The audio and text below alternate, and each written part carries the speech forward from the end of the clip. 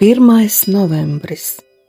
Tas ir tiešām interesants mirklis, kad atverot mobilo tālruni šorīt, ieraudzīju tā saucamo spoguļstundu, jeb vienādu ciparu kombināciju 0606. Centīšos bez zināšanām numeroloģijā interpretēt šo zīmi.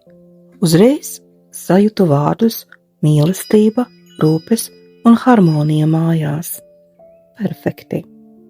Mani šodienas plāni ir tiešām saistīti ar būšanu mājās. Zīme nevar būt skaidrāka, vajag šodien koncentrēties uz mīlestības enerģijas radīšanu un līdzsvarošanu savā ģimenes un mājas vidē. Ir vērts atcerēties, lai dotos un ceļotu pasaulē, vispirms ir jābūt mieram un mīlestībai savā ligzdā. Skaitli 0 šoreiz izjūtu kā spēcīgu nobriedušu fokusu uz kaut kā jauna sākšanu. Tas šoreiz perfekti pastiprina enerģijas, norāda uz potenciālu, iespējas un jauna cikla sākumu. Un te es atcerējos, ka ir taču arī 1. novembris. Ar 1. novembri ir interesanti šoreiz.